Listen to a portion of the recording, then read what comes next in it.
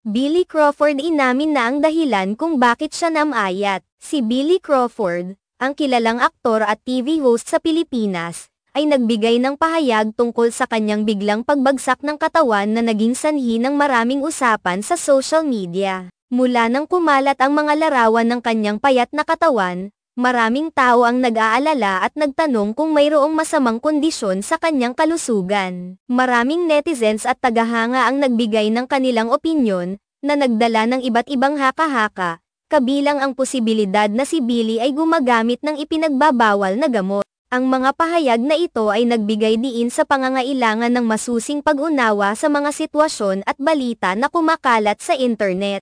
Ayon kay Billy, ang kanyang pagbagsak ng timbang ay hindi dahil sa anumang masamang bagay kundi sa kanyang masigasig na pagsusumikap sa fitness at mga pagbabago sa kanyang lifestyle. Sa kanyang pahayag, tinukoy ni Billy na siya ay nakatuon sa pagbuo ng mas malusog na katawan. Ang mga pagsasanay at tamang diet ay naging bahagi ng kanyang daily routine. Layunin niyang ipakita sa kanyang mga tagahanga na ang pagbabago sa katawan ay posible sa pamamagitan ng disiplina at dedikasyon. Sa halip na mag-focus sa mga negatibong balita, pinili ni Billy na ipakita ang positibong aspeto ng kanyang karanasan. Bagamat naging usap-usapan ang mga spekulasyon tungkol sa kanyang kalusugan, nilinaw ni Billy na siya ay handang sumailalim sa drug test anumang oras upang patunayan na siya ay malayo sa paggamit ng ilegal na substansya. Sa kanyang palagay, ang mga ganitong akusasyon ay hindi lamang nagiging dahilan ng takot kundi nagiging sanhi rin ng mga maling impormasyon na kumakalat sa lipunan.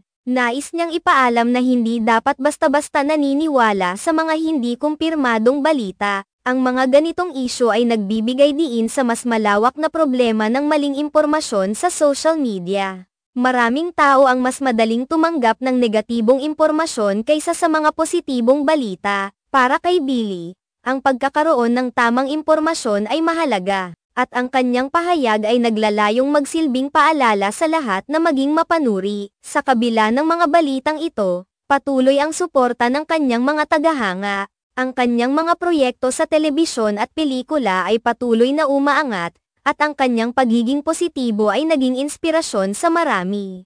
Nais ni Billy na ipakita na sa likod ng mga pagsubok at balita, mahalaga pa ring magpatuloy sa pag-abot ng mga pangarap. Bilang isang public figure, alam ni Billy ang kanyang responsibilidad na maging magandang halimbawa sa kanyang mga taga-subaybay.